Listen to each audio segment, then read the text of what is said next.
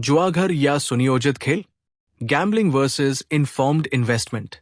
एक गांव में एक मेला लगा था जिसमें दो अलग अलग तरह के स्टॉल थे, एक जुआघर और दूसरा फल और सब्जियों का बाजार। श्याम नाम का एक व्यक्ति जुआघर गया।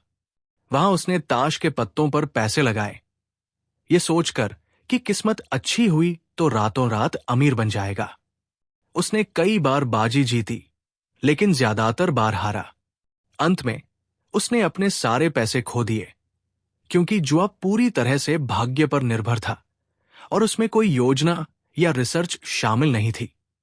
दूसरी ओर गीता नाम की एक समझदार महिला फल और सब्जियों के बाजार में गई। उसने हर दुकान पर जाकर फलों की गुणवत्ता जांची, कंपनी के फंडामेंटल, दामों की तुलना की, शेयर के मूल्यांकन, और यह देखा कि कौन सा फल किस मौसम में अच्छा मिलता है। उद्योग के रुझान और चक्र। उसने अपनी जरूरत के हिसाब से अलग अलग तरह के फल और सब्जियां खरीदी। Portfolio diversification. उसने योजना बनाई कि कौन से फल अभी खाने हैं और कौन से बाद में पकेंगे।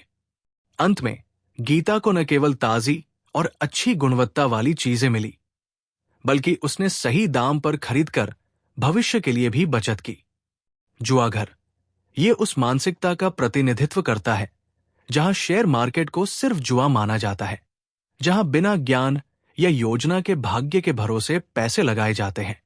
फल और सब्जियों का बाजार ये उस मानसिकता को दर्शाता है जहां शेयर मार्केट को एक सुनियोजित निवेश के रूप में देखा जाता है, जहां रिसर्च, योजना और समझदारी से काम लिया जाता है।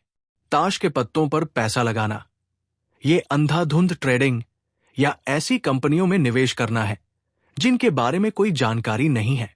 फलों की गुणवत्ता जांचकर खरीदना ये कंपनी के व्यवसाय मॉडल, वित्तीय स्वास्थ्य और प्रबंधन की गुणवत्ता की जांच करना है। ये कहानी इस बात पर जोर देती है कि शेयर मार्केट को जुआ नहीं मानना चाहिए। ये एक गंभीर खेल है जहां ज्ञान, रिसर्च, धैर्य और एक अच्छी रणनीति के साथ निवेश करने पर ही सफलता मिलती है। जुआ और निवेश में सबसे बड़ा अंतर यह है कि जुए में भाग्य प्रमुख होता है, जबकि निवेश में योजना और विश्लेषण।